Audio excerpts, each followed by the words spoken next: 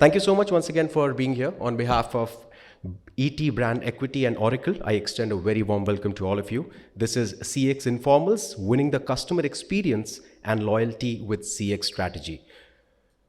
We have co-organized this amazing evening, and it's an extension of multi-city series focused around various aspects that deliver remarkable customer experience, and we talk about that. The show aims to provide an opportunity for us to learn from all you stalwarts, your best practices, and of course be a part of the discourse going forward to improve the customer experience in the financial services domain.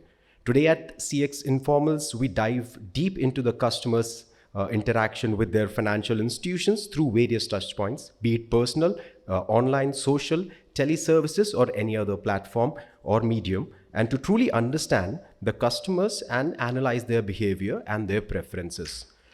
Before we move ahead, a quick announcement. Our social media is out there with the hashtag that you can use. That is CX Informals. You can catch all the live updates at ET Brand Equity. That's our social media handle. So without further ado, let's quickly begin with the keynote address. It's an honor to invite on stage Mr. Madhukar Unial, Head of Customer Experience CX Solution Engineering at Oracle. He'll be setting the tone for today's evening. And of course, he comes with the host of experience, 18 years in pre-sales, technology, consulting, and he specializes in business rules engine, campaign management, data, and customer experience management, to say a few words. But then again, that doesn't do any justice to the amazing gentleman coming up on the stage. Ladies and gentlemen, if I can request you all to put your hands together for Mr. Madhukar Unial.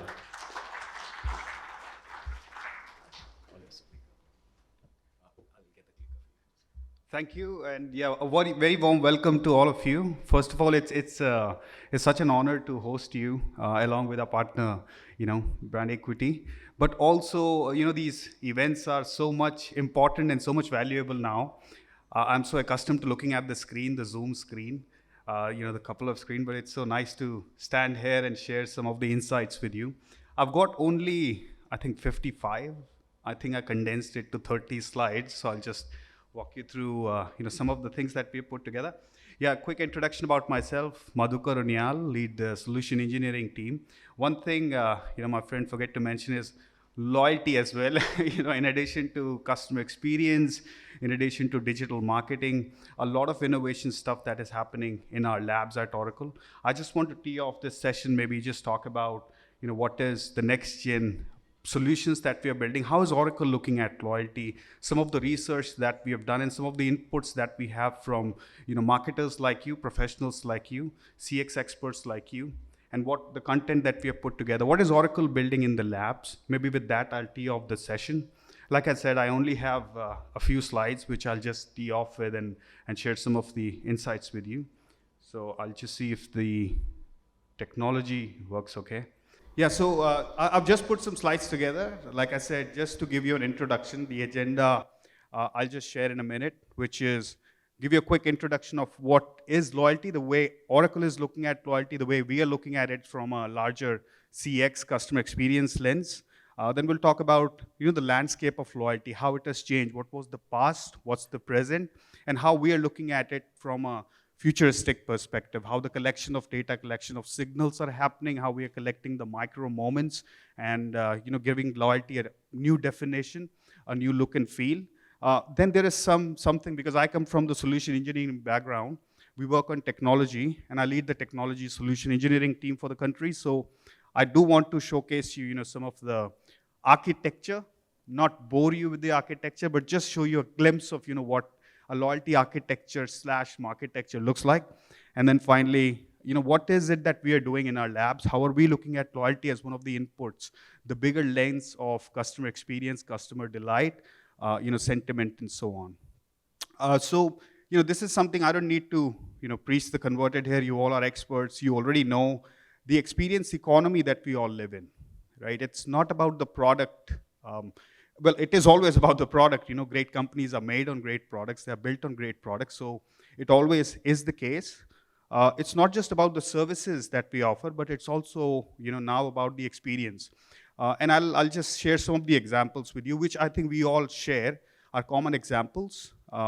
So the experience economy is all about how do we capture these information, the signals that our consumers are leaving behind, whether they are discovering our products and services on digital, offline, online channels, how they're engaging, with our, whether it's on the digital, our mobile app, our websites, and so on, and how they are consuming our services, our products, and finally, when we serve them, how are they basically interacting with us? So the experience economy is all about, beyond products and services, how are we serving our customer? What kind of experience are we giving them?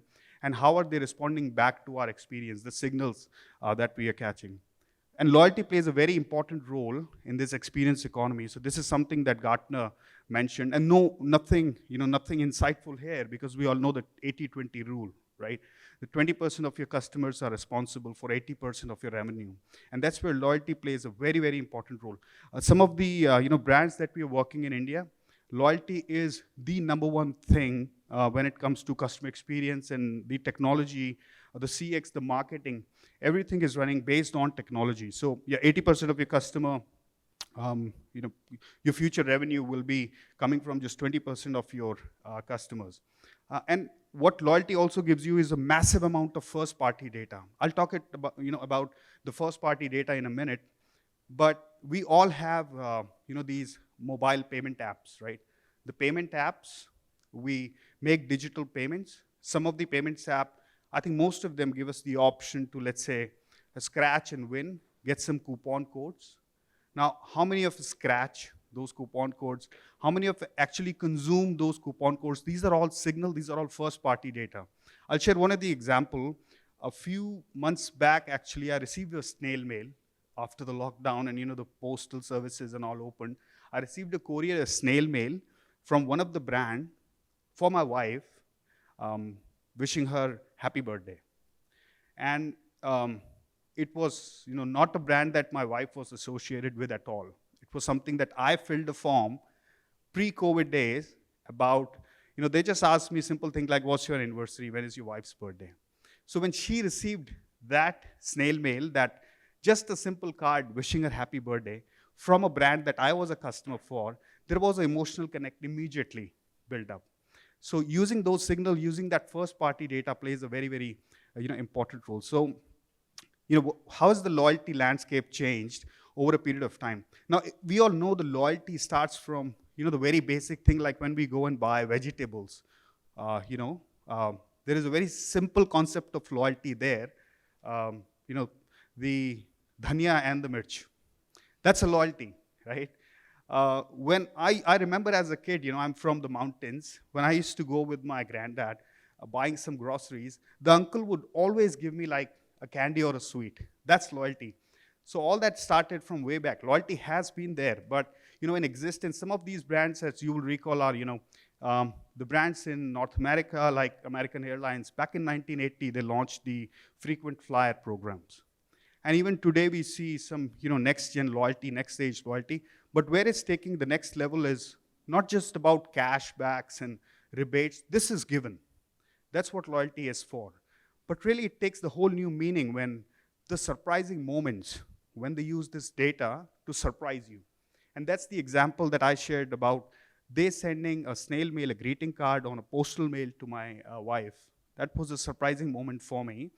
And I have a deep connect with that brand now. So from a modern loyalty perspective, it spans across. It's just not about, I'm dining in, or I'm spending some money, or I'm flying, or I'm staying in a hotel, or I'm doing some, XYZ activity. It's about, am I leaving a like, on a brand page?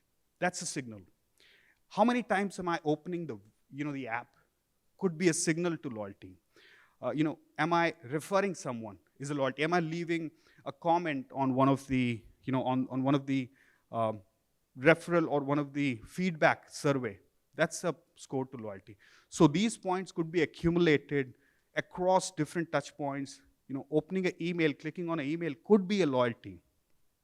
Whether we use it in actual points and use it for earn and burn, or whether we use it as a silent loyalty, which we'll talk about in a quick minute. So modern loyalty spans across all touch points, not just purchase, spends, and so on. And what we are also looking at, the new age loyalty, this is what customers are, and this is again from the research, and again spending time with professionals like you, marketers like you, CX professionals like you. What we are gaining as a company, Oracle, a lot of knowledge that we gain is working with the brands like you and the experts like you. So first thing is very basic: know me.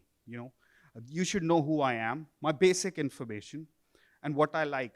That's a very simple, opt-in form, as we call it, in very simple words. Know the context, where I am, what am I doing, what am I, browsing, what are the things that I'm, how many times am I coming to your retail store and so on. So you know the context. Then find out the ways to surprise me. This is something which has been a good learning for us from a loyalty perspective and a platform perspective. The members who are spending more, who are more hooked to the loyalty, who are more engaged with us, are the one who we surprise. And surprise, again, the example I just gave, but there could be many other ways to surprise your audience, your customers. And then finally, make it easy. Now, we all are member of some sort of loyalty programs. We know that some are a little complex, like in some cases, you would not even know that when I spend a night somewhere or when I travel, what will it mean to me at the end of the day or at the end of the month, or my 10th transaction or my 100th transaction. But some brands have made it really easy for you to understand, like a baby. And again, sharing some of the examples with you. This Scratch, my payment app that I use. Between me and my son, we have this, weekly catch up where he takes my phone and he just scratches, these coupon codes. He likes it. I get some of the advantages, and I'm one of those, bargain hunters, so I use those coupon codes. But yeah, they make it really, really easy for you. So those are 4 things that we learned from a loyalty, the past, present, and what the future looks like. If you really have to decipher a loyalty program, and this is where I'll talk about the 4-layer, at a very high level, the 4-layer architecture, or the layers of a loyalty. Now, these are some of the moments where we can, capture the engagement, capture those moments, capture the signals, and then all of this goes into what we call a customer data platform, a platform where all the information, every time you spend something, you're going and doing a check-in, making a booking, sharing some feedback, responding to a survey, downloading the app, attending the event. All of these actually go into the customer data platform, and that's where the activity and reward module, whether it's earn and burn, whether it's, and if you look at this, the bottom is the tier and benefit. The more loyalty points you accumulate, the more you interact with me, the more you engage with the brand. The tier and the benefit goes from, star 1 to star 5, or let's say from a silver to a gold to a platinum and so on. The activities and rewards is the next layer where we define what will be the earn, what will be the the surveys, whether we write a review is the earning opportunity for your points, whether it's social connect, leaving a comment on Facebook, a like, a share, a comment, and so on. And what will be the burning mechanism, whether it will be physical reward, discount, sweepstakes, or exclusive event, or participation to exclusive event. And then the third layer is the liability structure, because when we are thinking of a loyalty program, it's equally important to see what will be the liability structure like? What will be the compensation, or how will we reward them? What will be, let's say, the point for redemption? What will it mean from my, from the cost perspective? And whether we are doing just the tier only sweepstake or surprise and delight, what will that mean from a liability, whether it's a high liability or low liability? And finally, the program goals. That's where we are all looking at from creating a connection, driving engagements, whether it's, collecting or leveraging the data, which is your first party data. So loyalty slowly from the earn and burn, what we are seeing a shift is moving from just, encouraging our customers, encouraging our audience, encouraging our recipients to spend more, earn more point, and burn more point. From there, what we are seeing actually, and again, from talking to the brands and where they are headed with loyalty, is more to get data about the customers, which is your very valuable first-party data. And like the example I shared with you, sharing the anniversary date, birthday of your spouse, what are the things you like, what is your holiday destination, what are the restaurants you like to eat. These are all important first-party data. And that's where we bring in, from first-party data perspective, when we look at loyalty from a bigger lens, this is where, and I'm sure you must have heard about the customer data platform, which we call CX Unity. This is something where we are headed from a loyalty standpoint. So all of these signals actually come into this massive data platform, and Oracle is synonym to data, right? That's our DNA. So we believe we understand data like no one else, because that's what is in our DNA. That's what Oracle is synonym for. So when all this information comes to data platform like CX Unity, what it does, it just combines the loyalty data with all the other information which we're capturing, let's say from the marketing, from campaigns, from emails, opens and click, from sales, from service, from contact center, from let's say from websites, right, the digital streams and so on. It combines all of this loyalty data along with the other data which is available across the ecosystem, across the enterprise, unifies that data, creates one single view of the customer, and top it up with the loyalty. Once it unifies the data, creates the golden record, or as we call it, deduplication ID resolution, it enriches the data. This is where Oracle also brings in, and this is where we have done some experiments in our labs where we've seen all this data when this is overlaid with a third-party data. Let's say I'm someone who likes to spend, or I'm somebody who is a foodie, likes to visit restaurants and so on. When you overlay this with the data which is available, let's say with the data cloud or data fox, which Oracle happens to have a lot of other attributes anonymously. So when you overlay my liking, like let's say I'm a foodie, I like to go to the restaurants and eat. When you combine it with, for example, I'm also a frequent traveler, right? And let's say there are some other attributes that are available about me. Then you can maybe use this information, enrich this data to create a very specific campaign about me, or target me with something very, very specific, which otherwise would not be possible. So once we have this information from segments, we create the segments, micro-segment, pass it on to, let's say, the MarTech or the AdTech platform, or own channels. It could be the contact center, the outbound agent. Pass it on to the commerce, which is the downstream application. So this is where we are looking at loyalty, not just looking at loyalty from the, just looking at the transactions, converting them into some loyalty points, but we are looking at loyalty to be a combination with the sales information, with the commerce data, with the website behavior, and so on. So some of the use cases, and this is where me and my team are here. Of course, like I said, it's so nice to have this face-to-face conversation here with all of you.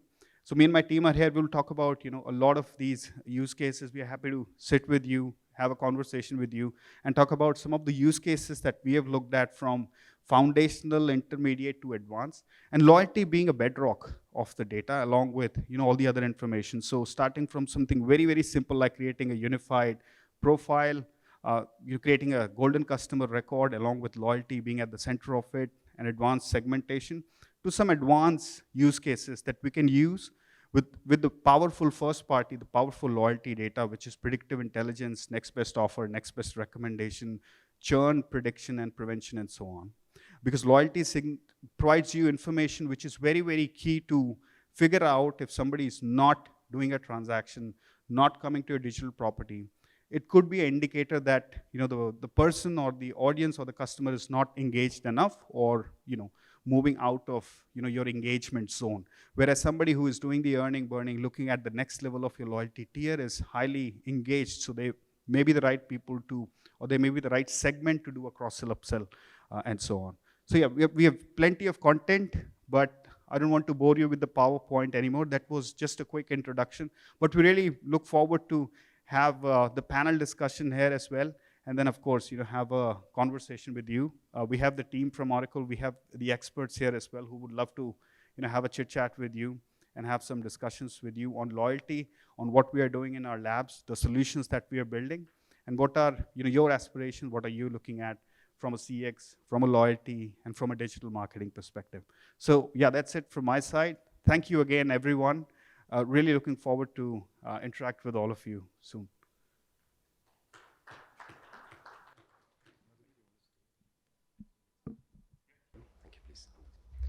Thank you. Can I please request Mr. Ayush Gupta, Director, Digital Strategy and Transformation, Kpmg, to kindly help us. Kindly help us felicitate Madhukar for this wonderful, wonderful session. If I can request both you gentlemen to get right in the center of the stage, and there's a token of our appreciation coming from the left hand side.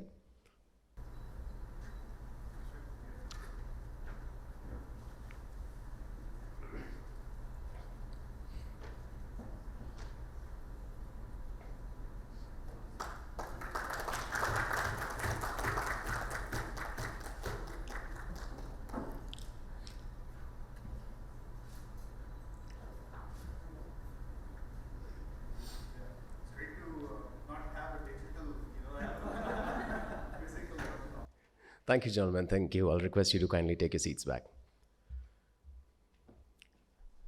Thank you once again, Madhukar, for setting the tone of the day. And with that, we'll move on to our next segment.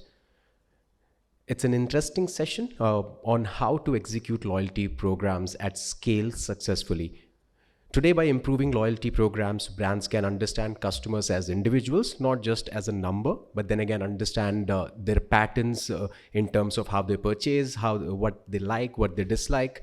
Those insights can actually make the difference while you're understanding what the customer needs and how you can actually attain the loyalty from that perspective. It's an honor to invite on stage now Mr. Rahul Talwar, Chief Marketing Officer at Max Life Insurance, who will be giving this session. Comes with 17 years of experience. Well, we recently did a marketing white book launch with Rahul, and I'm looking forward to this wonderful session once again by the gentleman. He's worked with the brands like PepsiCo, Pladis, Aditya Birla, to name a few, but then again, I'll let him do the magic on the stage. Ladies and gentlemen, if I can request you to put your hands together for the gentleman.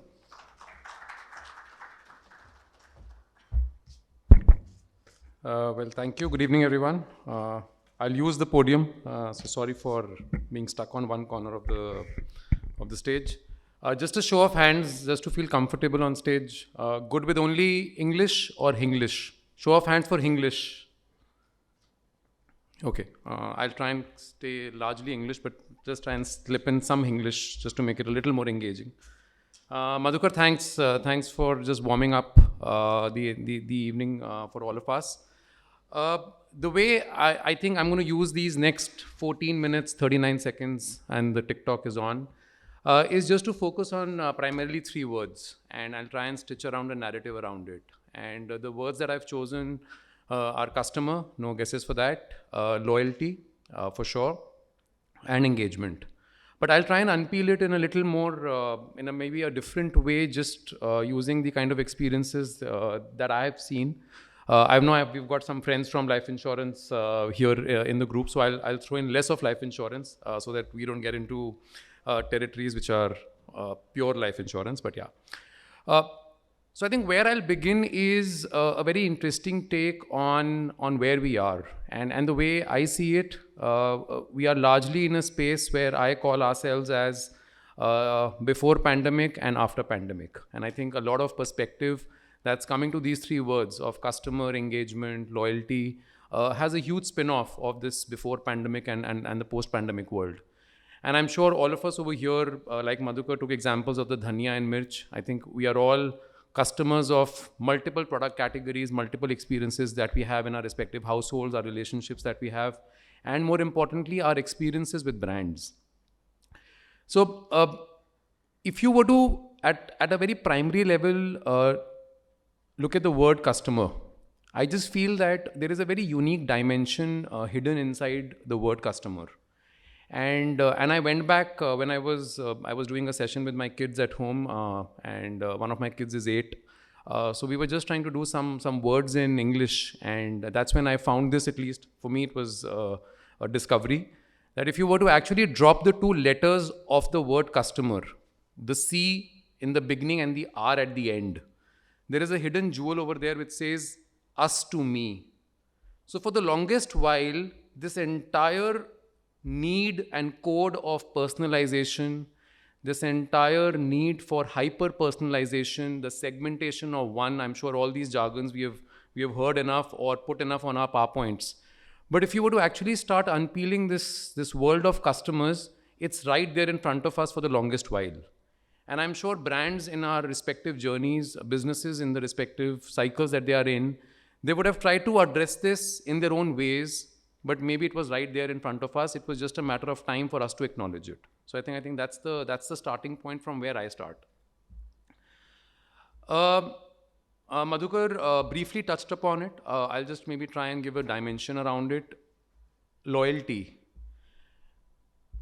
Silent loyalty and reward loyalty. I think a lot of businesses, brands, categories that we are representing has a mix of both of these. And I'm sure all of our experiences is again a mix of both. Silent loyalty. Not every brand that we may be loyal to. I'm sure a lot of us must be using Indigo Airlines. Show of hands. Preferred Indigo Airline flyers. Guess what? They don't have a loyalty program. Erstwhile, Jet Airways, before what happened to Jet Airways, one of the most famous loyalty programs in the airline space. And I'm sure a lot of heartburn happened versus the earn and burn points that Madhukar made. A lot of customers like us would have got their loyalty points locked in under the Jet Miles program. And yeah, we keep staring at that number, what to do with it. So I feel fundamentally that loyalty, hidden or reward, fundamentally needs to be understood from the frame of trust. Because I come from the school of thought with the kind of experiences that I have seen in the FMCG world, in the services world that we are in now, that it's the trust which is sitting at the bedrock of whatever we call silent loyalty or reward loyalty. And I think brands, marketeers, customer experience champions, as whatever our respective organizations call our roles for, and our partners like Oracles or our other partner ecosystem players that we have. I think there is this hidden trust. And I read this interesting quote while I was just preparing for this session. Loyalty gets rewarded with loyalty, but disloyalty gets rewarded with distance. And I think if you were to, if all of us, and I call me as a part of this group, not just because I'm standing here, but I believe we are all on the same page with regard to what's expected out of us. I think it's important to start looking at this world of loyalty and not start getting too enamored by loyalty data, omni-channel data, first-party data. Yes, there's a science behind it, but as customers, Madhukar's example, receiving a birthday card on that one morning, yes, there's data science behind it, but that experience is an experience. And I think there is a good amount of behavior science that's sitting behind it.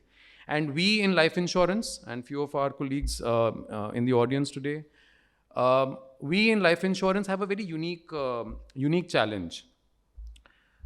Our challenge is that for the time period for which we are engaging with the customer, and I'm trying to now triangulate customer engagement, loyalty together, these time horizons are long time horizons. These are 5 years, 10 years. You've got a basic term plan, show of hands. You are in that game if you bought it early for 40 years. So you're practically looking at a scenario where you need to, as a brand, engage and earn loyalty of this customer for this time horizon. And guess what? This pre-pandemic, post-pandemic window has just fast-tracked the time horizon. If you were to look at the time horizon graph charts, they'll start having that disruption because the mode of acceleration in a lot of things that we are doing, trying to look at data, trying to read signals, I think all of that is just going through a natural pace of acceleration. And interestingly, what we have learned, or I have learned, for example, I used to work on brands called Lay's Chips, 7-Up, Mirinda. Loyalty in that category effectively means that a customer or consumer is coming back for the next trial. When Lay's Chips were to launch a new flavor, the expectation is not that a new Mr. X who's just going to school or college is going to try me, but the same Mr. Y who has been trying me for the last 5 years or 5 times will come back and try me. That's loyalty, but that's silent loyalty. You look at a category like biscuits. Again, Pladis was spoken about in my introduction. Pladis is McVitie's Biscuits. That's the group company called Pladis. What does biscuits do? Biscuits are trying to again look at loyalty from the point of view of engagement. Scratch and win. Spoke about on the payment app. Biscuits do that. There'll be some amount of excitement behind the pack. It's again momentary, but again to get the engagement going. What do we do in life insurance? In life insurance, fairly regulated, fairly defined boundaries to engage the customers, to look at loyalty programs. We look at adjacent spaces. Life insurance, most relevant conversations, child education, health and wellness, long-term mindful living. We look at the larger partner ecosystem to be able to tap into these adjacent spaces to go back and talk about first engagement and then loyalty. So the point that I'm trying to drive home very clearly is that if we understand the customer through signals, we heard in the first session, or we fundamentally look at all the data science behind it, it's important to be able to first understand what does loyalty mean for the category or for the business in which we are. It would mean many different things to all of us in our respective cycles, and I think that's a very important thing that I attribute a lot of importance to. I also believe, again referring back to a slide, and by the way, Madhukar didn't share his presentation with me, so this is all spontaneous recall, so I believe the slides are fairly simple, so Madhukar, thanks for that. Madhukar in one of his slides spoke about make it easy. I look at make it easy as convenience. A lot of categories today and a lot of brand conversations, a lot of unpeeling of behaviors and attitudes tells us that it's the convenience of making it easy that earns silent loyalty or silent engagement. And I think businesses or brands, through all the churn of data, through all the churn of signals, are able to understand that, I believe, are moving in the right direction. Life insurance, I think if you were to look at the entire life cycle of the way we engage with customers, I think convenience, making it easy is one of the most interesting unlocks. Because over a 40-year, 25-year, 10-year contract that we have with the customer, and by the way, in the moment of truth, it may just so happen that the person who bought the life insurance may not be, for unforeseeable reasons, may not be around. So making it easy, making it convenient, I think it's fundamentally a very important aspect. Interestingly, loyalty and engagement also has a badge value. How many of us travel Vistara? Show of hands.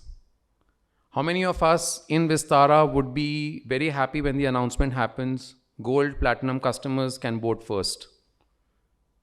There's a sense, it's convenience. We want to board the plane, we want to just sit back and relax, open our laptops, do whatever. But there is also a very hidden need or a hidden behavior towards having loyalty expressed as some badge value. And brands which are able to appreciate that, brands which are able to externalize it, I think have taken that entire experience of not only customer experience, but also earning loyalty to that stage.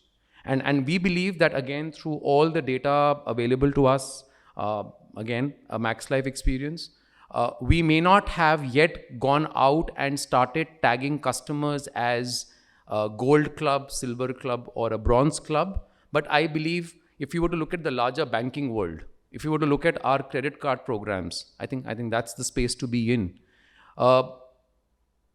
Would life insurance graduate to those levels? The answer is yes.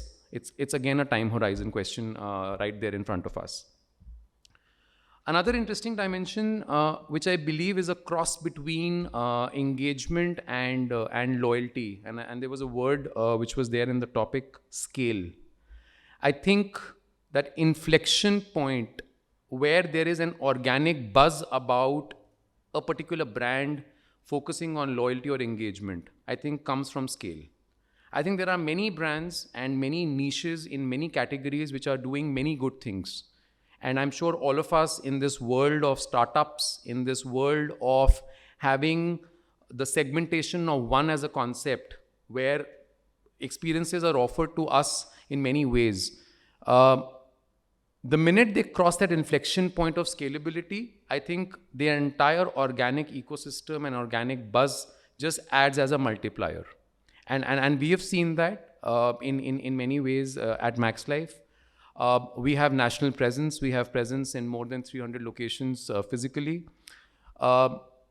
Life insurance business necessarily has to keep the engagement with customers on. We need to ensure that customers persist with their specific policies. We keep ensuring that they renew, not for us, but even for themselves. There is a symbiotic relationship in that renewal of a life insurance policy. But how do you enable that?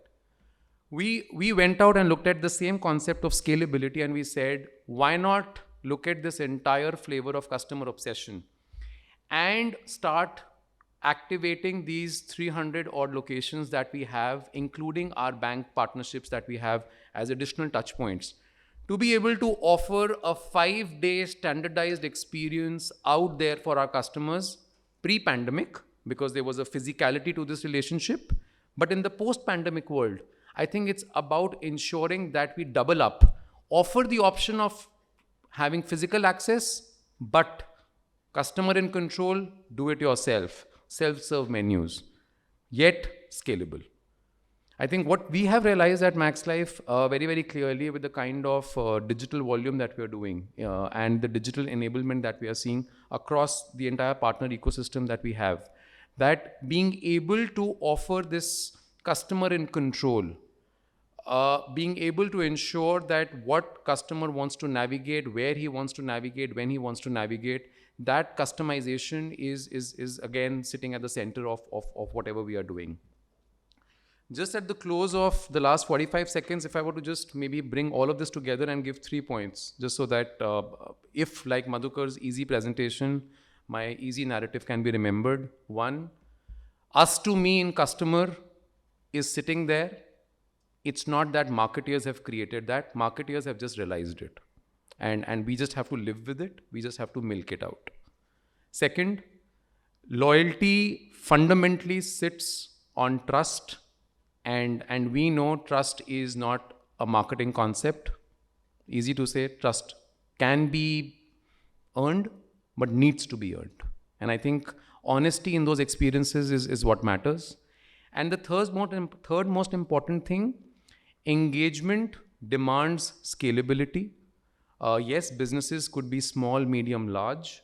Propositions could be small, medium, large. But fundamentally, scalable engagement has a organic buzz, which is a tailwind effect. And we have seen that in our category and across the width of experiences that I've seen. I've not spoken about data and digital. Those are like oxygens. So no need to re-emphasize about data and digital. They sit under the belly on which you're building the customer engagement loyalty models that we have. So I hope it was simple. I hope it was interesting.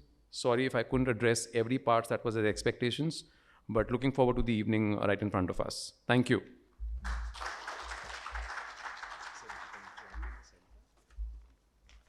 Thank you again. Madhukar, if I can invite you back on the stage to help us show our appreciation to Mr. Talwar for the valuable session that he just delivered.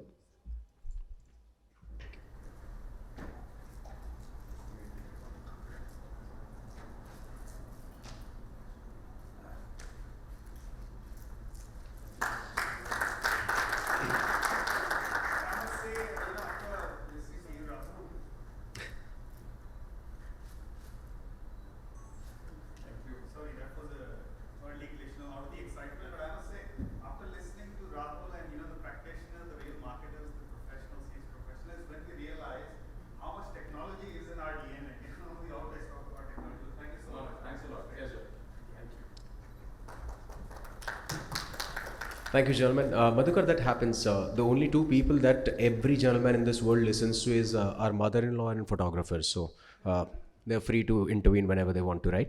Okay, moving on to the next segment that we have is a panel discussion. And we're talking about something really relevant in terms of culminating what these 2 gentlemen have been speaking about in their sessions. Customers are driven by emotions. All the sales essentially are broken down to, are they going to buy it or not, are they going to feel good about it while they're buying it or not. So talking on that, capturing the essence of customer experience is the panel discussion that we'll be moving on to. Mr. Gurcharan Rai Bansal, Chief General Manager and Chief Sales and Marketing Officer at India Post Payments Bank, is the first person who will be coming up on the dais. I'll request you all to put your hands together as I welcome the gentleman on this stage. Well, Gurcharan comes with a host of experience. He has been working with the brand since 2017, if I'm not wrong, sir. Wonderful. And he's helped in setting up Payments Bank as well. Sir, I'll request you to take a seat, please. Please join me in welcoming Mr. Ashish Chen, Vice President and Head Strategic Initiatives at Aviva Life Insurance, joining him as well. Again, Ashish is an expert in sales and distribution planning and analytics, performance management and retention, to name a few core competency areas. Next up is Ms. Josna Singh Kaushik, Vice President Marketing at Canara Hsbc Life Insurance, who's joining us on the stage. I'll request you to put your hands together. Wow, those claps are dying down, aren't they? Can we do a little better than that? Fantastic. Josna has 16 years of experience in building brands through innovative marketing and communication solutions. And of course, she's led B2B and B2C marketing functions through digital brand activation, events, and PR to grow businesses and brands. Ma'am, I'll be sharing my card with you later on, my competency area where I can get a lot of work from you. I'm kidding. All right. And of course, I would like to invite on stage Mr. Shobit Mathur, Director, Sales, Oracle CX. Shobit is going to step up on the stage, and I'll request you to put your hands together for him as well. Well, Shobit has nearly 3 decades of experience in IT sales management with organizations like Oracle, SAP, Compaq, to name a few. And of course, joining him is Mr. Ayush Gupta, Director, Digital Enablement, Kpmg India, who is also our moderator for this session.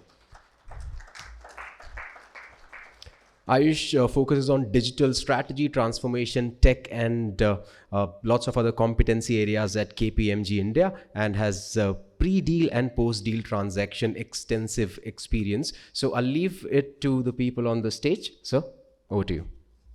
Thank you. Yeah, try again. It's on now.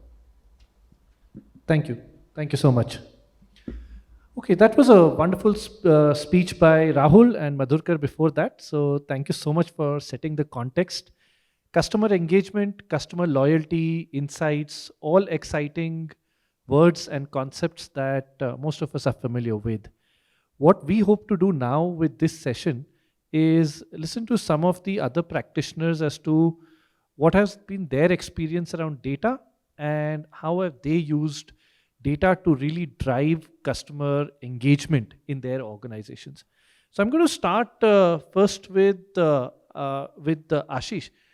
Ashish, you've had a lot of experience, and maybe if you want to start by introducing yourself, and also what we would want to hear from you specifically is around India has a lot of population which is generating a lot of data. But at the same time, we also have this divide between India and Bharat, right? And Bharat does not generate so much data. It's in many ways a black box. Do you think that, in our use of data to drive engagement, we're leaving Bharat behind somewhere? What's your view about India versus Bharat when it comes to customer engagement? Sure. I hope I am audible. Good evening, everyone. I am Ashish. I head the sales strategy at Aviva India, and I've worked in different verticals over the years and managed a bit on marketing and customer engagement, performance management, incentives, rewards recognition for internal as well as bit of loyalty programs for our customers. So I belong to the life insurance industry, and especially in the BFSI sector, data remains very, very important as we keep on delving about, because that's one source where we kind of identify and recruit right from the agents to our partners, and all that information kinds of leads to the better customer experience. We really want to understand what kind of customers that we can reach out to, and what is the right profile of people who would help us kind of meet those expectations. To your question, Ayush, it's quite an interesting thing. While data remains at the center of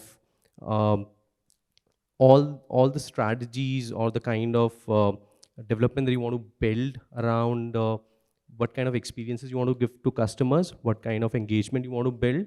At the same point in time, there is a widespread population which is beyond the scope of this. And the core part that I believe, and it's my personal opinion that I want to put forward, is I believe that over the years, there's been a lot of effort which has happened in terms of bridging the gap between, so to say, the India and the Bharat. There's been a lot of efforts which has been consciously being done by the government and different agencies, whether it's financial inclusion, whether it's e-Shram portal, or similar initiatives where a lot of data is now trying to get formalized. There's a lot of information which is available in terms of the inorganic sector, so to say, uh, which enables us to understand the customer. Another source of data for us is in terms of the touch points that we are able to create with the customer, which is not necessarily only basis the financial transactions or the transactions that people do in the digital world. There's a lot of word of mouth interactions and the relationship that people are able to build over the period, which kinds of helps us cater to a particular segment. Yes, there is a need to kind of put some generalizations in terms of particular segments to better understand, and that is being done currently. Uh, whether the access to complete information would help us address the problem better, definitely. But till that time, I think what is being effectively done is to bridge the gap and try and create cohorts within the system, try and using different stratas within the base, whether it is for the prospective customers or the existing customers as well. Also, I believe a very important aspect to look at it from a customer experience. So building a customer experience journey right from onboarding to be able to service the customer, it is important to, one of the important demographics is the age. So the age plays a very important role in terms of understanding the customer needs. If you're able to define, categorize your segment into a particular age bracket, I believe the needs are more or less similar. The expectations are more or less similar. You're able to personalize the likings that they would want to have. So to say, a Gen Z to a millennial set of population, they're more digital friendly. It's kind of easy to generalize for that particular strata and say that this is the approach that we are going to take and engage with them. Similarly, if you are engaging with people in their more seniors, let's say in the 40s, 50s, or 60s, the segment and the approach kind of tends out to be different. I'll talk about a real life example in terms of the life insurance industry. So since I deal with a lot of people in terms of the sales strategy, so for us, the customers are our agents as well. So the agents whom we onboard, they come with different set of expectations, with different backgrounds, and we do a lot of analytics, and build a journey for them because they are our real customers. So to say, if I'm able to engage to them for a longer period of time, I'm able to get a better service or give a better experience to my end customer as well. So all those initiatives are being planned in terms of understanding and segmenting those agents in a particular bracket, and how do we then build loyalty programs around for them? How can we increase the stickiness for them? So yes, there is a challenge in terms of having complete information or data for all, but I believe that gap is bridging slowly and steadily. And as we learn, and it's an ever evolving and a learning journey. Customer experience is something that you cannot say that this is the only best way to deal with it. You always learn, you always evolve, and you move forward. So I believe that's the way it's gonna be. I hope I've been able to add some value to the question. Absolutely. Thanks. Thank you.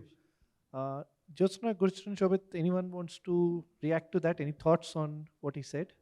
Actually, very good thoughts, and in fact, I would say that it is not only about the data in terms of engaging with the customer, but also with the intermediaries and the agents, and how to make the the journey simpler, make it easy, which was also spoken to about by the earlier speakers. So I would say that in our case, for example, I represent India Post Payments Bank, and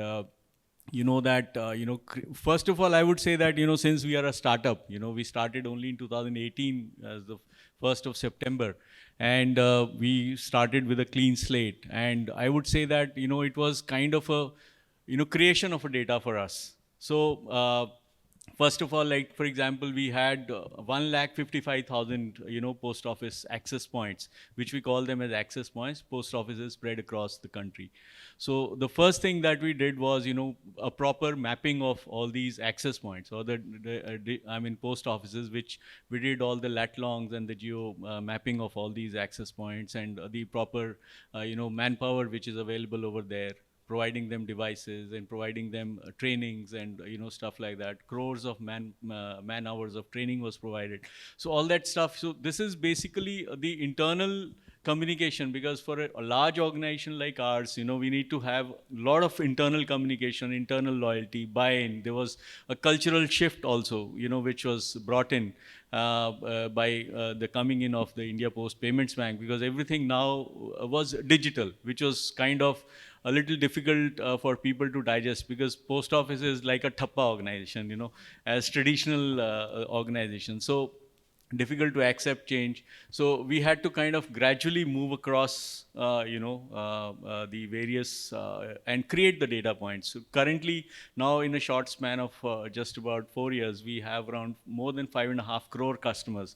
So we have a huge database now to play on. Now we kind of, churn the data to understand which customer does how many transactions a month, what is the average revenue per customer, and which other customers we should chase for, cross-selling, upselling, and all that stuff. So it's very interesting. And I would say, that the loyalty and all that is also getting built in, because again, loyalty, as earlier it was spoken, it also comes at a cost.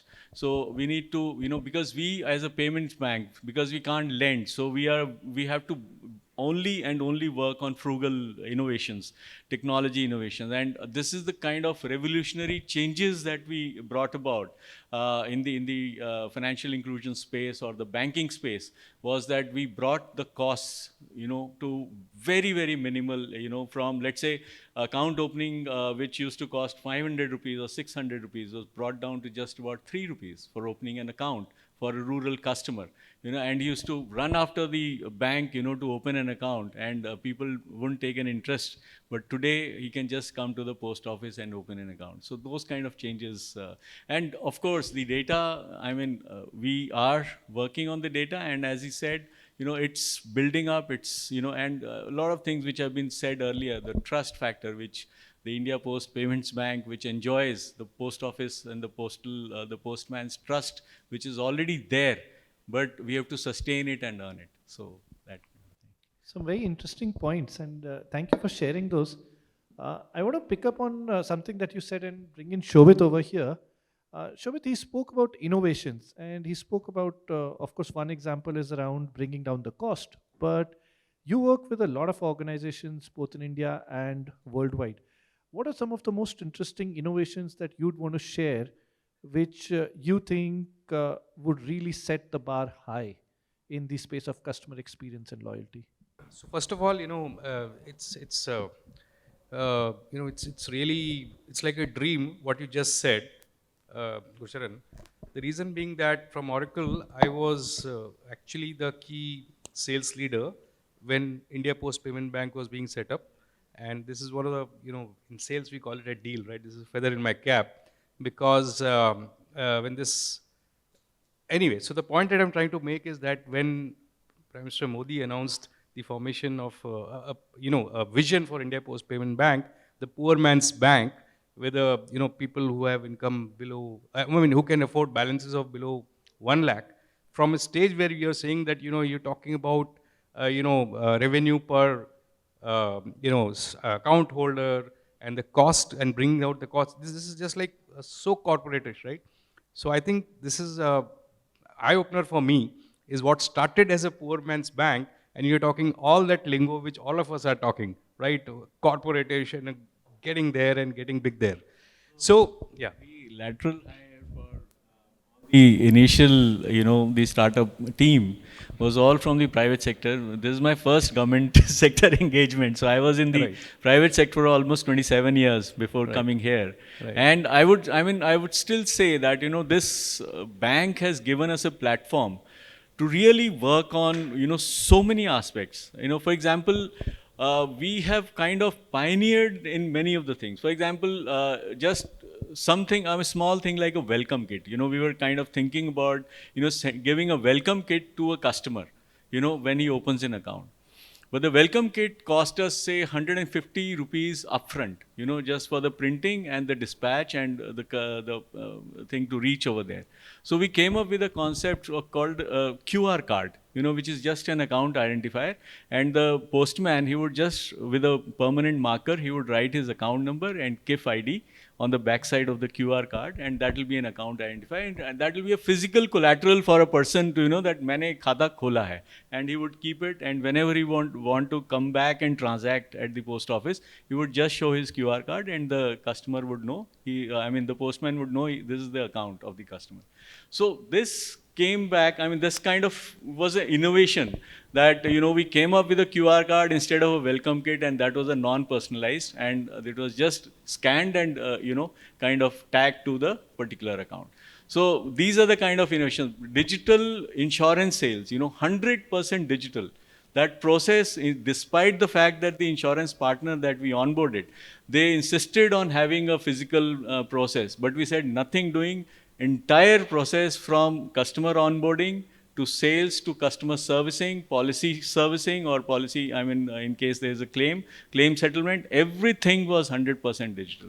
So this was actually pioneered by us, and then it kind of took off in the industry.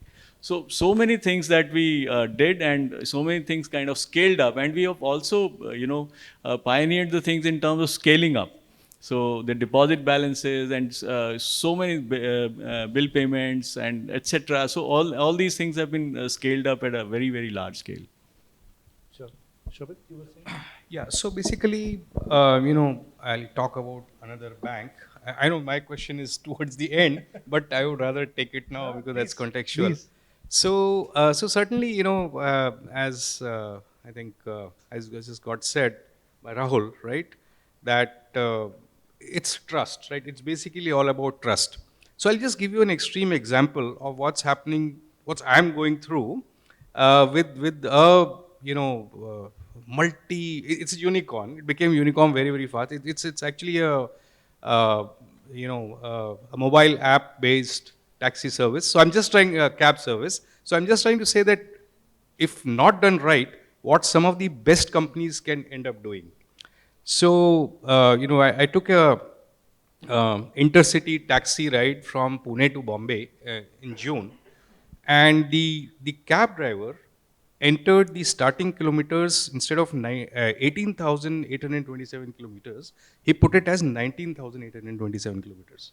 So when I reached Bombay, I get a bill, or rather the app says I have to pay the driver 25,000 rupees, right? For the 185 kilometers between Pune and Bombay.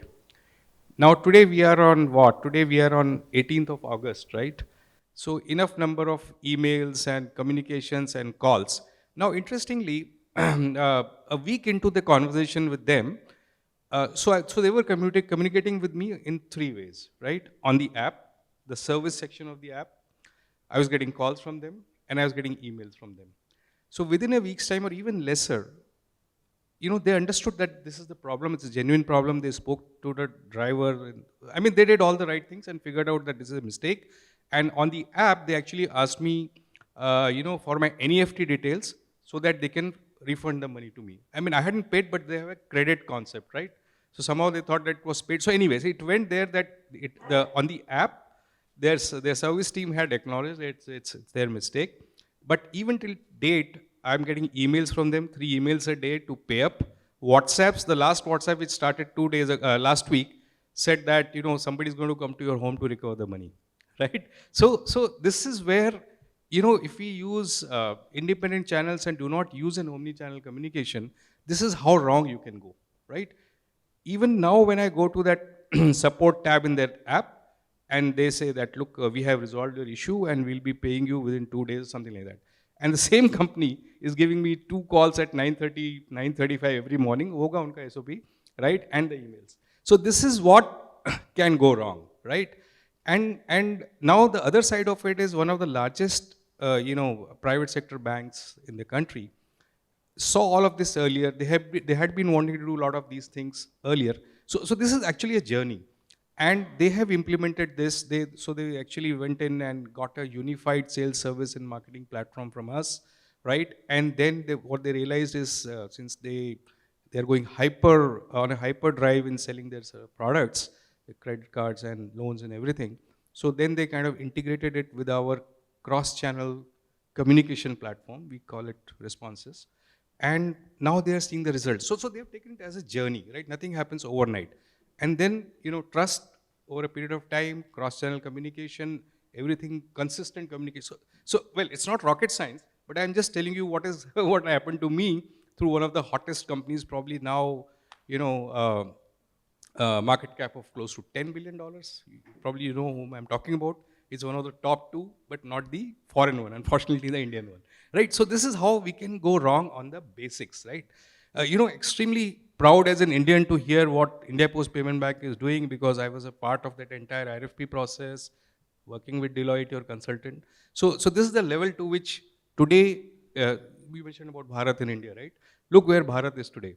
I would just like to give you another example of, so tell me what could be the most distant entity which in India, government entity, which can tell Madhukar and me that we want an Amazon-like experience for our stakeholder, or let's say let me say customers in a कौन सा ऐसा department हो सकता है जो, which is like most unthinkable department, which wants to be as friendly as with you as an Amazon or a, maybe Uber would want to be. Any wild guesses? Wildest of the wild. My God. Wow. So Madhukar, we get a pat on the back. So yes, you're right. So they were looking at a new, what they call quote unquote, again, it's related to a finance thing. So I spoke about the bank earlier and what that bank has gone and fixed now, or rather has done now. So yeah, so we heard it from the Commissioner of Income Tax that I want the taxpayer experience, right, to be like an Uber or a Amazon. Imagine, zarurat kya hai? They can just come and chase us and get all the money out. Yeah? Pain-free experience, aesthetic experience, engaging experience. You must have heard about those schemes called Vivad se Vishwas tak. Some of us got our refunds within 3 days, right? My father got it within 7 days, right? So again, to add to your point, so this is where the world is moving. And how did we do that? We've all received, enough emails and reminders and communication. Tell me if somebody noticed that they were not far more aesthetic, far more friendly. I'm happy to take feedback because we are, partners to that income tax department. But yeah, so that is what, and it's omni-channel, right? The next channel would be WhatsApp. So I think consistency in the communication, the ease of communication. For example, messages from, like somebody said, right, make it easy, right? Madhukar slide said that. So the ease of communication. So a lot of us would have seen that earlier when we used to get emails from income tax department or communication, it would say, pay up by so-and-so date and here is our, sometimes they won't even mention the link to the e-filing portal. Now what they have done is that the whole idea was, of course, aesthetics and a two-way communication. Now how did that get enabled? It got enabled by technology, right? All they did was, introduce a click to action button, which would take you directly to the e-filing portal. So a lot of technology at work, but quite simple in the end, right? All that Infosys, who the service provider, had to do was to do some minor changes at the e-filing portal, right? Very soon from the SMS itself, you'll be able to go to, to the e-filing portal. Otherwise, see, I start filing tax, I don't click on that link, then they don't even get a reporting as to who has actually, how effective that email has been. Now with this click to action button, deep linking to their portal and some of these things, it's now real technology in motion, right? Not only that, we have again, to talk about ease, right? So if I get an email which is, so basically, things like subject line optimization, so now we have got about 10.5 crores registered taxpayers in our database, and it has an AI ML engine, right? So now we can actually look at, and we are doing that already in this last cycle, which just ended on 31st of July, subject line optimization, send time optimization. I mean, very simple, right? I go home at 8:30. That's only time where I look at my Gmail, right? उसके पहले Amazon और बाकी के 15 mail आ गए, उससे पहले income tax ने सुबह मेल भेज दिया, I will not, right? So it is send time optimization based on my, when I look at my email. So again, ease of doing things, and of course, so they are able to measure, open rates, click rates. So all this is technology, and they're trying to become an Amazon. So that's what technology can do, for India vis-a-vis Bharat. So, like I said, great guess. I did not expect many people to guess that which department we are talking about. And what's the need for them, right? Just one letter from income tax. Once I got at 4 o'clock, my wife called, letter aaya. I left my work and went, and kya letter aaya? This was 15 years ago, right? Just look what technology has done now.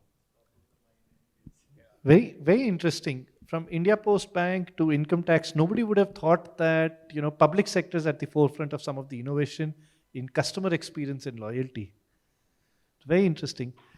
Josna, I want to go back to something that he said at the start, which was his experience with a cab aggregator, right? Now, when you're working with many of these players, you will typically have 3 to 4 players at a minimum in any customer journey, right? And while aggregators are one example, but they're by no means the only ones.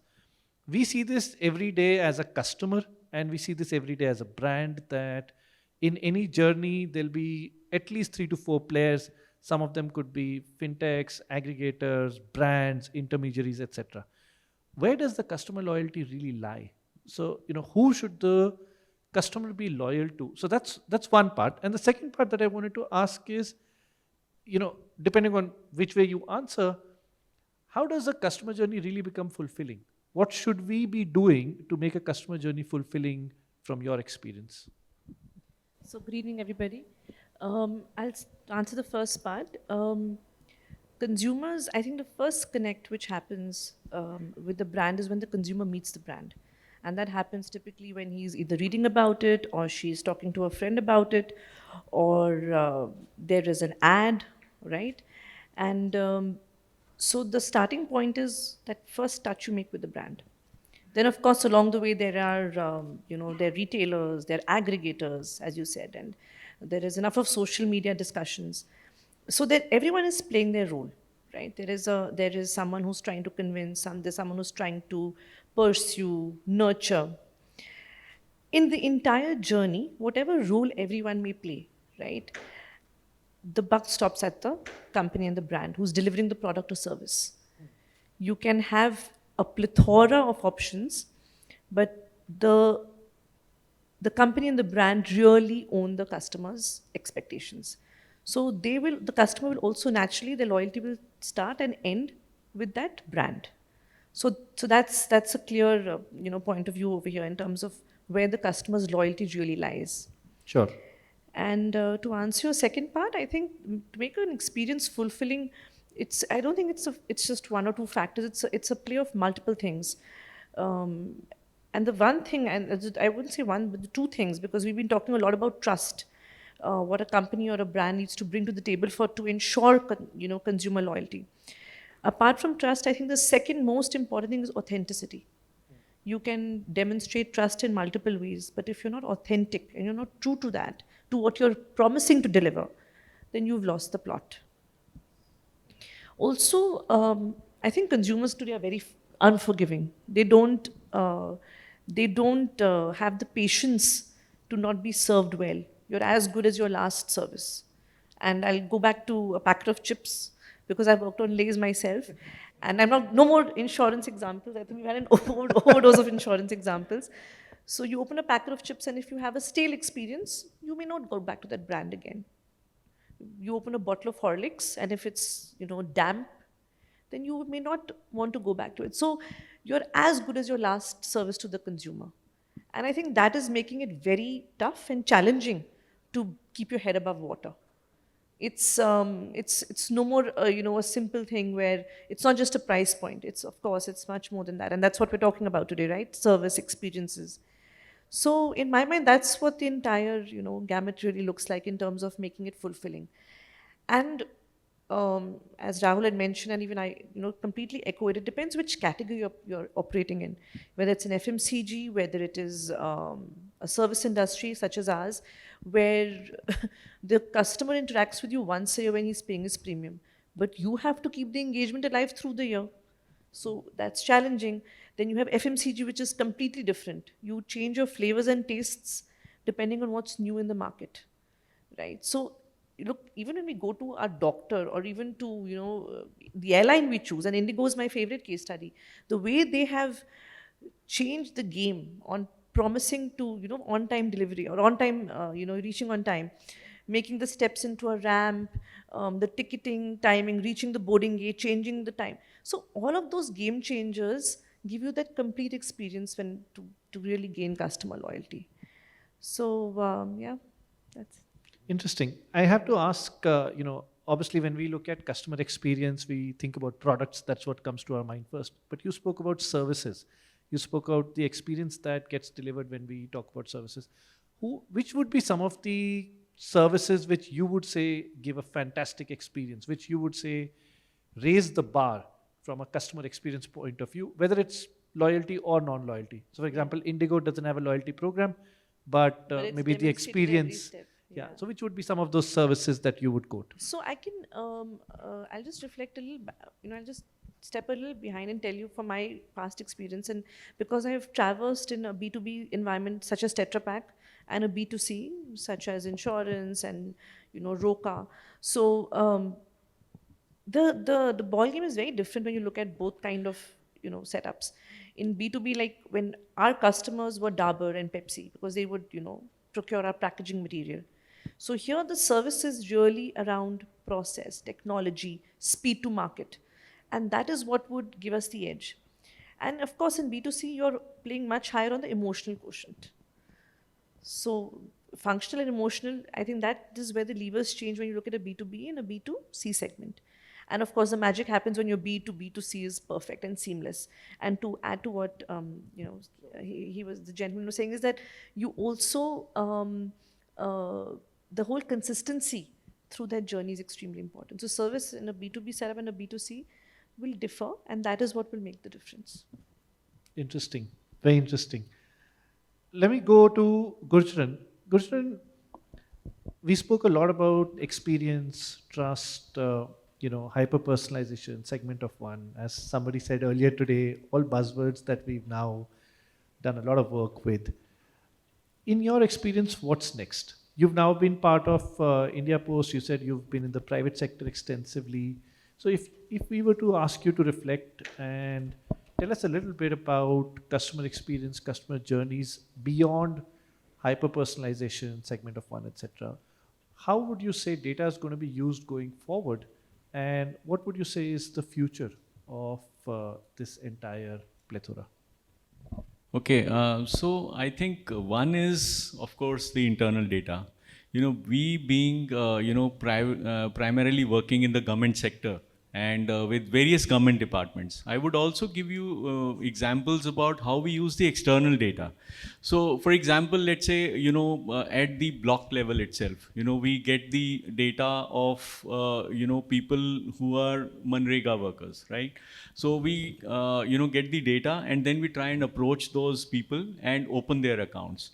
And also, for example, people who are supposed to, let's say, get farm subsidies and all that. So we open those accounts, and I'll tell you that, we've had some cases where, a person who has opened an account with India Post Payments Bank, and we've done the Aadhaar seeding of that person, and suddenly, the very next day, he's got, say, 10,000 rupees flowing into the account from subsidies, which were pending to be paid, and, those got paid, and therefore, the word spread कि अच्छा India post payment bank में मोदी जी जो हैं वो लाल card वाला एक account खोलते हैं और उसमें पैसा आ जाता है. So that kind of created a hype. So these kind of things, we are working, like for example, PM Swanidhi. So they've opened street vendors accounts across urban municipalities across India. So we are trying to contact them, those people who have opened their accounts with other banks and, they are not repaying or they are not digitized. So we are trying to digitize those accounts. We are giving them a QR card. We are making some penny drop payments so that, they start doing the digital payments. So those kind of things. Internally, we are doing a lot of data mining now, and we are trying to identify which are the large balance customers, low balance customers, which are the customers who have started doing, UPI transactions, which are the customers who have, downloaded the mobile app, but they've not downloaded the virtual debit card. So we offer a virtual debit card. So we pitch them for, taking on or downloading a virtual debit card. And then those who have downloaded the virtual debit card, whether they've opened a UPI ID they have created or not, so we upgrade them to a UPI ID. And those who have upgraded into a UPI ID, whether they've started doing the UPI transactions or not. So we are trying to, nudge them into, transactions and, making them more active and gradually moving them and upgrading those customers. So this is a very interesting journey. And I would say that also on the second part is the working on the data for the internal team. So we have almost 2 lakh, postmen who are, provided with a micro ATM device along with a biometric device, and those people who are not working, and we also analyze how many people are, active on which product. And whether, say the highest active product in our segment is AEPS, Aadhaar Enabled Payment System. And you would have also heard various stories that, in the COVID times, the postman used to go to, every nook and corner and deliver doorstep money to the people from their bank account. So it is basically a universal, all the banks, any bank account, they can deliver the money. So those kind of things. And they used to do Jeevan Praman, for example, life pension के लिए जो होता है जीवन प्रमाण certificate. So that they used to do in the doorstep, and sometimes even in a hospital they've gone and done the Jeevan Praman so that that person gets a pension. So these are kind of words that spread very fast, especially among the geographies, among the customers, and that builds kind of loyalty, trust, and faith and reliability for the bank. And this is how the banks and the brands, they get kind of built up. And coming back to the end user, we now what we're doing is like we're trying to see that, let's say in a month, say 110,000 end users are doing AEPS. Now why they are not doing the other products like remittances or bill payments or for example life insurance or general insurance. So these kind of things. And I'll tell you example that for example there was this customer experience that, for example, on motor insurance, most of the people when they used to end users or the agents, when they used to go to the customer, he would initially always buy he would like to have a quote first. So हमारे यहाँ पे क्या experience था? First the entire customer data would get filled in, then the vehicle data would get filled in, and then the quote would come. So by that time, he used to spend a lot of time filling the customer data and then getting a quote. So that used to kind of piss off the customer. And in the end, because if he found the quote a little more expensive, then he would not buy, and the time of the end user was wasted. So he kind of stopped selling the motor insurance. Then we changed the journey to first giving a quote and then filling the customer data. Once the customer accepts the quote, and then he would. So उसमें वाहन app से हमारा connected है. So the moment he fills in the vehicle registration number and some of the details, immediately the quote gets generated from 2 or 3 insurance companies. So all these insurance companies, they give an instant quote. So once he picks up a quote, and if he accepts the quote, then he starts with the next process. So this increased the sales. So that is what what we are saying is that the customer or the end user journey and the interaction or the interface between the selling agent and the customer, that is also very, very important. And also on the last point that I would like to say is that regarding the customer service. So we have a very, very robust system. One is a customer service in terms of the internal customer. We have GSD system, the global service desk system for the end users. So any complaints which the end user makes that, my device is not working, or this complaint has got rejected or something like that. So that is taken up in a very, very systematic manner on a daily, weekly and monthly basis. And there's a report with the customer standing committee report where these reports are published and reviewed. And then we also have, on the other side, we have a customer grievance and redressal systems through the call centers and through the internal systems, as well as there is, hamara to ye hai ki because we are a government, so there is a portal called CPgram portals and all that. So the customer can directly write to the CPgram, and all the email IDs of the entire postal system, from secretary post to the minister and everybody, the customer would straight away write to all of them, and then we have to respond immediately. So that response system is also very, very quick and fast, and we are constantly monitoring how many pending grievances are there, how many have been taken care of. So this has also added a lot of value, I would say. Interesting. The Vahan example you spoke was a good example of the power of small nudges, especially what a small nudge can do to change the customer behavior. But maybe that's a topic for another day. I think very interesting discussion. I'm conscious of time, so any closing thoughts? Ashish, should we start with you? I think, as you said, quite interesting, and there's been a lot of experiences being shared. Moving from life insurance, I would like to quote another example where I see the good customer experiences are being built is in terms of the travel and tourism space.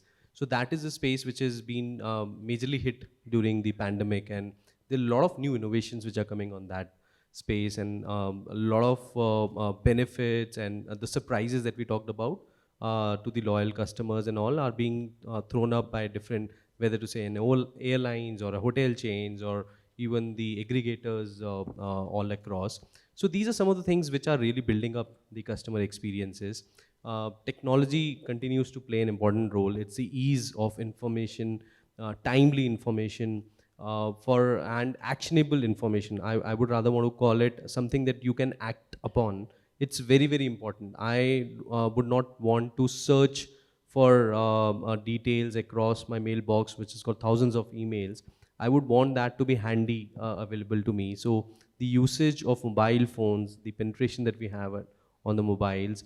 So all these things are really building up the customer experiences for each one of us. And there are different API integrations which are happening across solutions, across industries, whether it's the payments bank or similar banks across the industry or other BFSI segment. There's a lot of work which is happening.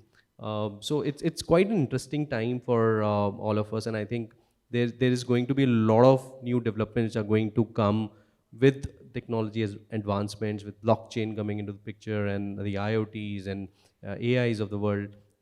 A lot of things are changing, a lot of things are going to change. So it's ever evolving, and we need to be on our toes to be able to absorb, to be able to make use of it and learn in the process. So it's an interesting phase that we are into, and there are a lot of technology partners who are building solutions which people can use off the shelf and can further innovate or align to their needs. So yeah, that's about it. Thank you. Thank you. I think those give us a lot of topics for future discussions between blockchain and various other initiatives that are happening. Josna, any closing thoughts from you? There's just so much data out there. There is just too much data out there, and I think one should not abuse it. We should respect that data. And why I'm using the word abuse is that while we all do cross-sell and upsell, and we're like, okay, we have this data and this is what we can, now tell our customers, this is what they're ready for. It's very important that beyond hyper-personalization, we look at relevance. You can keep personalizing it and hyper-personalizing it, but if it's not relevant and it's not in the zone of the current, situation the consumer is in, then that data will just be numbers.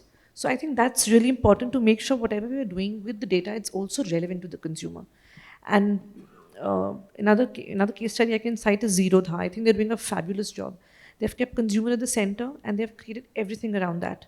They don't advertise, and they create value for the consumer. They've grown the category of broking, and And even this thing that they've started about online education, they're educating consumers online and how to invest and all of that.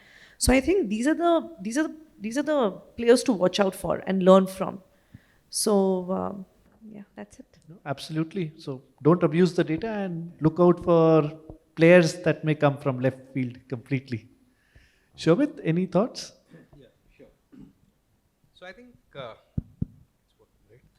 Yeah. So so a lot of mind-boggling things happening. Like we spoke about the income tax journey, and of course, the journey has just started, right? So there's a very elaborate and well-identified executable plan in place.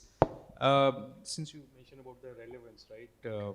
Am I getting my loyalty points in real time? So, for example, I can take a name, sir. Okay, Praveen. I'll talk about Indian Oil. So Praveen is here. He's a general manager corporate IS at Indian Oil. So Indian Oil has been our customer for long, and a very happy customer, and the relationship is deepening. So talking about loyalty, they are now, so obviously probably most of us know that they have an extra rewards program. So let's say if I have filled up at a Indian Oil petrol pump, and then there is a draw, and let's say 1 in 500 person who's filled up anywhere would immediately get some loyalty points and awards. So it's kind of getting that real, right? That real time. Since you spoke about relevance, is it relevant to me and at that time, right? So it's getting that relevant, and one of the things that we have started discussing with them is about the real-time aspect, is what we now call CX in motion. So Madhukar spoke about our CDP platform, AIML. We've heard enough about personal segmentation. I'll not say that, but churning all of that data of Indian Oil dealers, distributors, customers to kind of really make it real-time using our CX Unity platform. So it's here and real, and instantaneous. And, and they are obviously India's largest oil company. So a lot of good things happening in the government sector, public sector also. So I think India or Bharat both, from your first question, I think we are right at the top when it comes to loyalty and how conscious and what we are executing on loyalty. So very, very great topic, and I think what we chose for today. Thank you. Thank you. Thank you so much, Shobit. Gurcharan, any closing thoughts?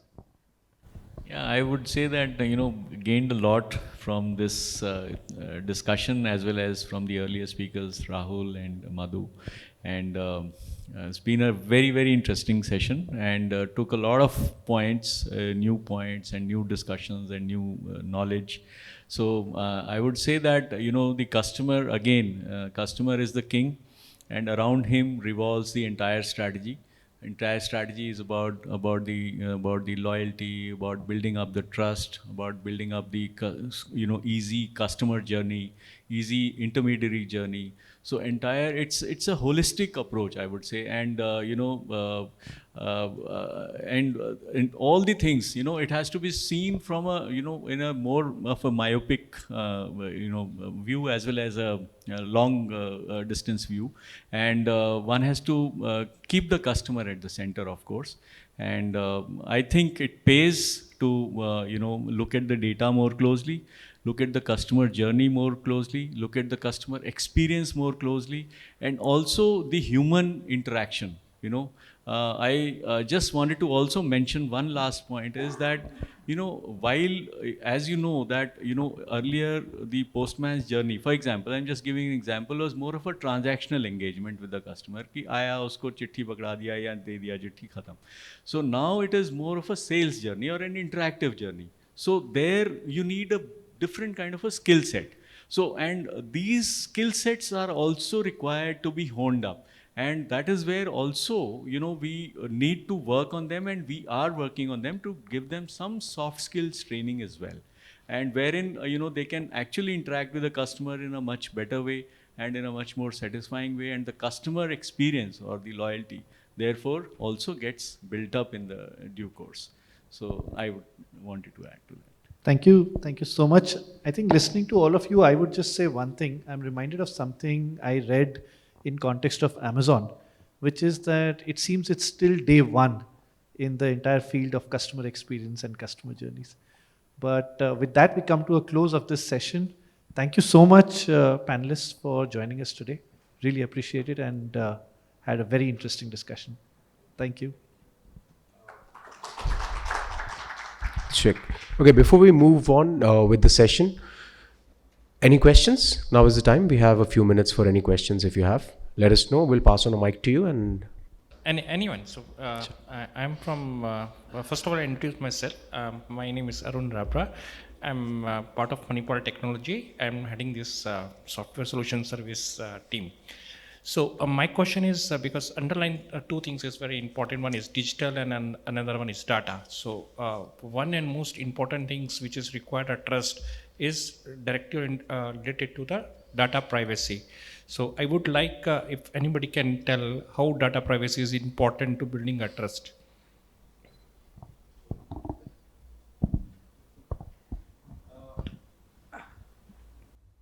See, the jury is still out, right, on where this will settle. The government has just actually withdrawn the data privacy draft bill, right? So I think this is as fundamental a question as, is are gadgets and devices, smartphones good for us or bad, right? So I think there would be some regulation, but just to share with you, well, this is an IT products company's view. So we had gone through a lot of grind on this because we are not just talking about Nike shoes buyers' data. We're talking about people like you and me who are the income taxpayers of this country, right? So a lot of scrutiny had happened, and now I think we have lots and lots of, well, it took us 1.5 years, right? We got the data center here, it had to be METI certified. So I think all those things are today technically possible to the approval levels of the highest authorities in the country, right? And we're not saying we are GDPR compliant. We did everything to get a green signal from METI, from certain, name it, right? So all that is very much possible. Your data is safe, and the government of India says so, right? So these things are possible, right? It is possible, these are being done, and government also realizes that the truth has to be somewhere in between, right? I mean, this data protection agreement, that was the draft one, right? It's been withdrawn because, like I said, smartphone, bachche ko dena hai ya nahi dena hai, the truth is somewhere in between. But so long as I am protected. So these kind of sensitive departments, Indian Oil, for example, would they have gone to public cloud if any of our public identifier information was getting exposed, right? So enough checks and balances, the processes are in place, solutions are in place. So I think we can do all these programs. Just telling you from our Oracle's real life experience with Indian Oil is India's largest, Fortune 500 company, right? And income tax department is what it is. So I think it's available, it is secure, it is certified to the satisfaction of government of India, right? So I think we are good.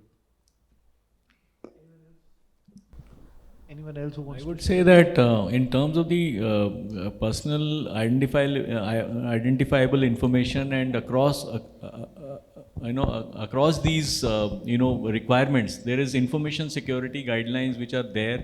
There are ISO guidelines which are there, and the first thing that for example, an RBI or any other regulator would look at is the information security audits and information security clearance. Even, for example, for our bank, the information security took a huge amount of time, from RBI to, even take off, even to start.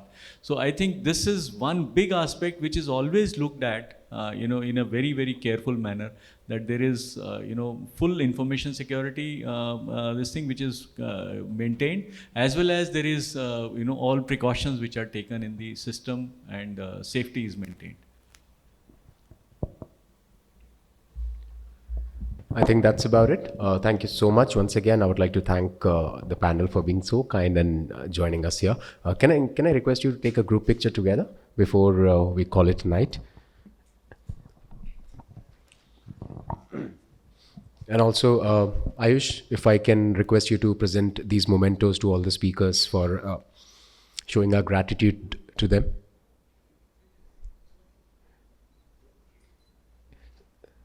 So the event is called CX Informals. Don't be so formal. Just choose whichever way you want to do this, right? Thank you. Let's take a picture first. Lovely.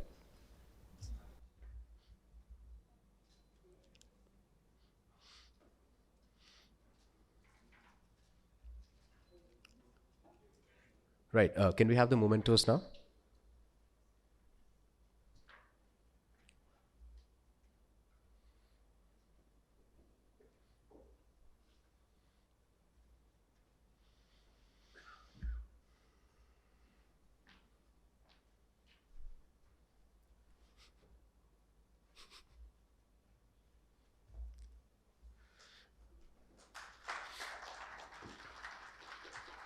Once again, thank you, Mr. Bansal, Ms. Kaushik, Mr. Chen, and Mr. Mathu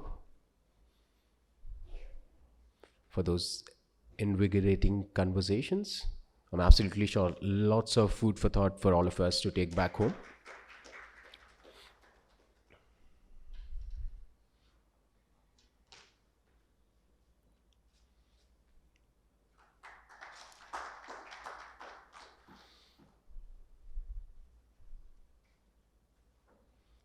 Madhukar, if I can request you to join us and help us felicitate Ayush as well.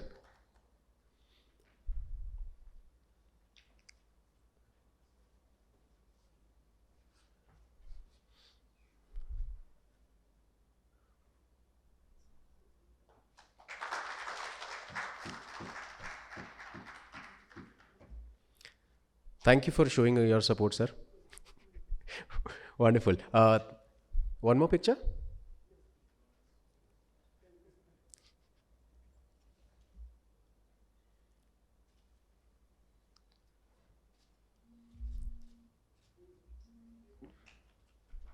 All right, so that's about it. Thank you so much once again for joining in. Thank you for your valuable time, and we hope you got some value out of this session. So let's change the scene and move from caffeine-fueled conversations to alcohol-fueled conversations outside. Join us for dinner as well. And yeah, on behalf of ET Brand Equity and Oracle, we want to thank you once again for being here with us. My name is Ravin. I was your host. It was a pleasure. Thank you.